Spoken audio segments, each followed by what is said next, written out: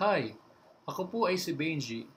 Welcome sa ating screencast para sa araw na ito na ang pamagat ay 3 Ps para sa massage therapists. Ano ba ang layunin ng ating talakayin para sa araw na ito?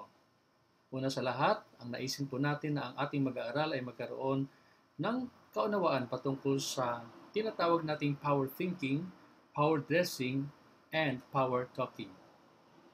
At higit sa lahat ay magkaroon ng pagkakataong may apply ang mga panibagong impormasyon na ito na napakahalaga para sa isang mag-aaral na nanais magkaroon ng DOH massage license. Ano nga ba ang tinatawag nating 3 Ps? Ang 3 Ps ay binubuo ng tatlong bagay. Una sa lahat, ang tinatawag nating power thinking. Ito ay ang kapangyarihan ng pag-iisip. At pangalawa ay power dressing, ang kapangyarihan ng tamang pananamit. Power talking, ang kapangyarihan ng tamang pananalita.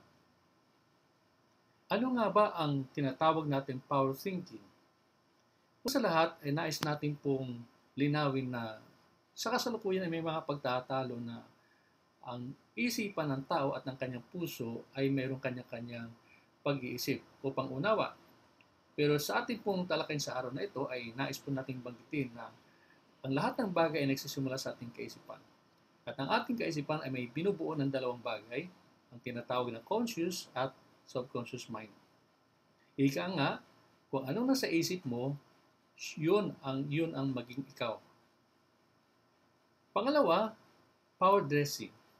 Ano bang kahalagahan ng tamang pananamit? Bago tayo magkaroon ng tamang kaunawaan sa tamang pananamit, ay mahalagang maunawaan po natin ang kahalagahan ng tamang pag-iisip. At ang ating pag-iisip ay nagbubunga ng aksyon. At meron din po tayong sinasabing pong lofty or high thoughts at meron din po tayong mababang kaisipan.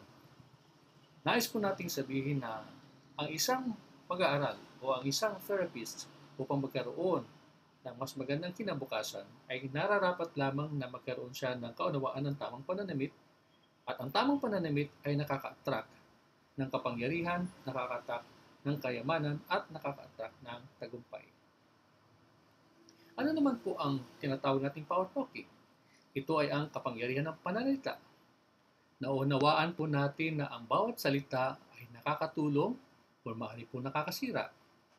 Kaya po mahalaga na babantayan po ng bawat isa ang kanyang kaisipan laban sa pananalita, na kung saan ay magkakaroon siya ng conscious effort na mag-iingat sa panalita sapagkat ang bawat panalita ay magbubunga ng anumang nasa mga bagay na kanyang sinasabi.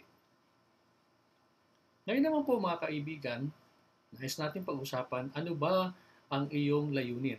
Bakit ka pa nag-aaral? Bakit ka ba naririto?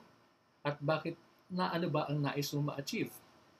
Sa ating konteksto ngayon ay kayo ay nag-enroll upang magkaroon ng DOH Massage License.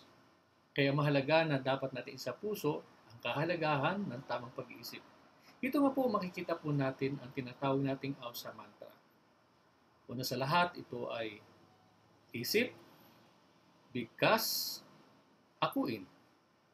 Angkinin, ang kamalayang okay. Ibig sabihin, iba ako. Mga kapatid, sana po ay maintindihan po natin ang kahalagahan ng tamang pag-iisip, ang tamang pananamit at tamang panalita.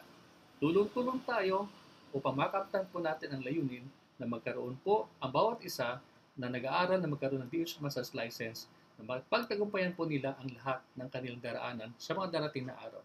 Mabuhay at maraming salamat sa inyong pakikinig.